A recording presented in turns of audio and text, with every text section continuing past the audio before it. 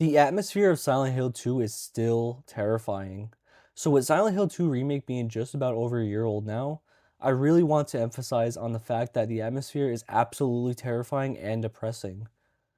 As someone who loves horror games such as Resident Evil franchise, it was a no-brainer to try out the Silent Hill 2 Remake. This was actually my first Silent Hill game too, and I never played the original surprisingly, especially with those prices. So what made this game absolutely terrifying? And what makes it such an unsettling experience for the player? James Sunderland. The game starts off with the main character that you play as, James Sunderland. With the first scene alone, you can tell something is already off. He gives off a very anxious and timid vibe. The scene is taking place in a bathroom, but with very little lighting, washing his hands and face, looking into the mirror and almost looking unsettled and guilty, but of what?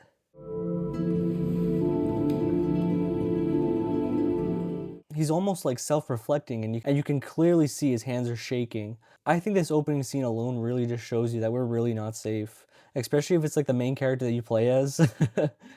Anyway, James received a letter from his wife, who in fact died 3 years ago according to him. Mary died of that damn disease 3 years ago. So then why am I looking for her? So how does he even get the letter? And in the note, his wife refers to a special place in the town of Silent Hill. Our special place. What could she mean? This whole town was our special place. Leaving the bathroom, James is shown to already be in a desolate parking lot and ready to walk to Silent Hill. I feel like this opening to a game is really something. Surprisingly, the walk to the town is actually pretty quiet and absolutely no one around, but this adds so much atmosphere and setting of the theme of what's to come in the game. The abandoned areas falling with the thick fog, especially not knowing what's lurking in the fog.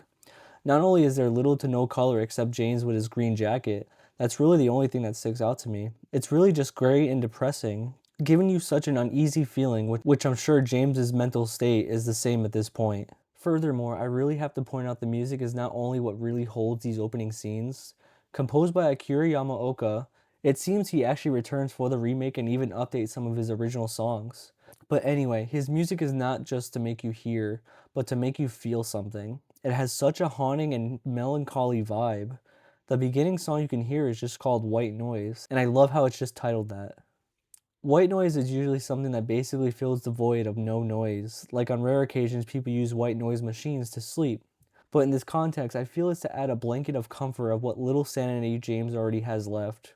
And this is just the beginning. Going back to the music, I really love how the use of the ambient sounds Akira adds to each area, whether you're inside or out. I cannot tell you how important enough music and sound is in this art piece of a game.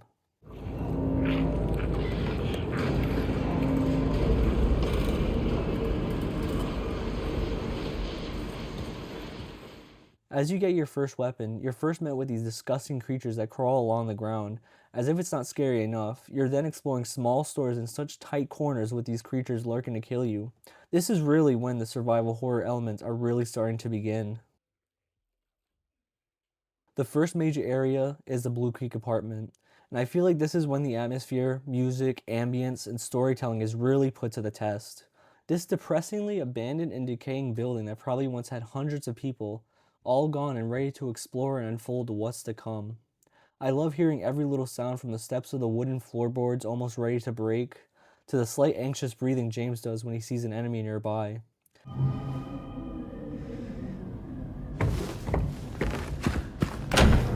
The dim lighting and destroyed apartments of each room that just adds so much to make you question on what is Silent Hill as a place.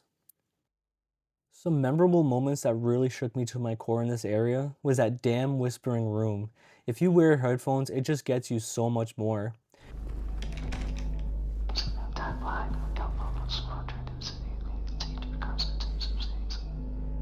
And even a year later, the scare is still so well done. Another moment that really sticks out to me is that little room with a bed and dresser, and you can hear a gasp of a woman as soon as you enter.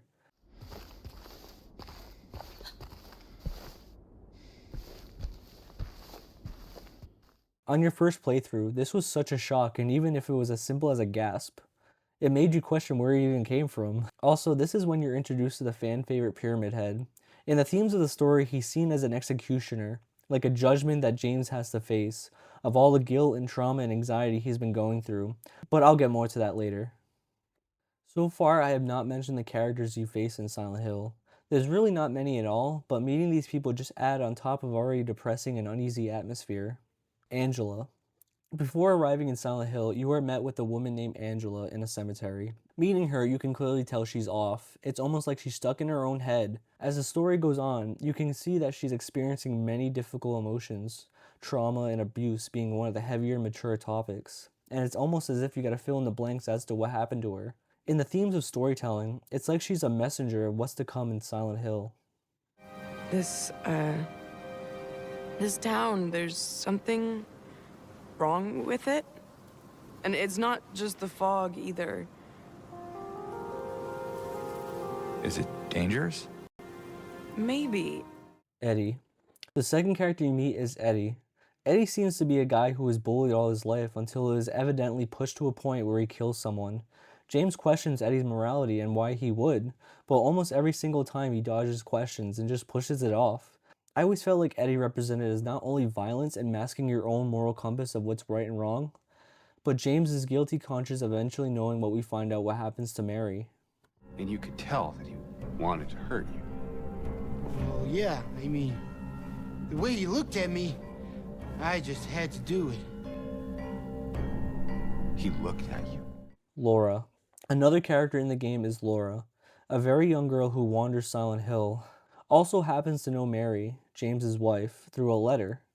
Little is really known about her, but I always interpret her as a plot device to question James through a perspective of innocence through a child, making him question his own guilt and his own reality. I need to know. Mary's my friend. We met at the hospital last year. Stop lying. Maria. Maria is interesting as a character. Not only does she look exactly like Mary, she's seen as if she's not even related to Mary at all. In my own words, I think Mary is supposed to be the manifestation of the ideal version of Mary to James, a more attractive and more appealing version.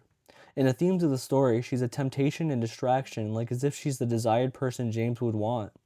A psychological manifestation of denial, guilt, and temptations, especially when the game confuses you with Mary dying multiple times, but then seemingly fine after.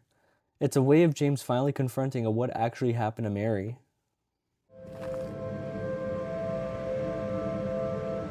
Maria.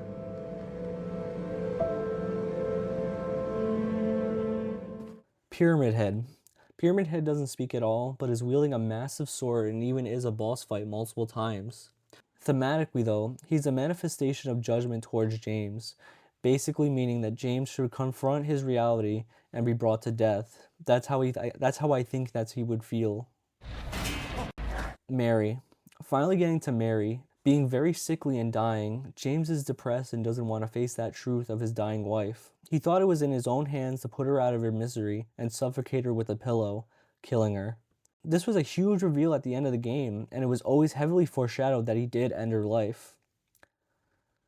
So why am I even mentioning the characters? Not only do these characters add so much to the plot, it's the self-reflecting trauma, guilt, and horror that really makes you as a player feel something. I also love how James asks where Mary is, but also with a reply of how Mary died 3 years ago. And they always look at James as if he's insane. Am I crazy? You know, for thinking she could be here. Silent Hill 2 is probably the staple in horror gaming. It felt like everything in this game had a meaning, even down to the details of each area you venture through, meaning like the apartments, the prison, but just being in these places alone are terrifying on top of the enemies you face, such as like the nurses, especially the nurses. Those are just terrifying. Saving each and every piece of ammo you can, or even meeting the other unsettling residents of Silent Hill. Everything in this game just gives it atmosphere, depth, and such a distinctive way of storytelling. And that's why I think the atmosphere is such a terrifying and depressing game.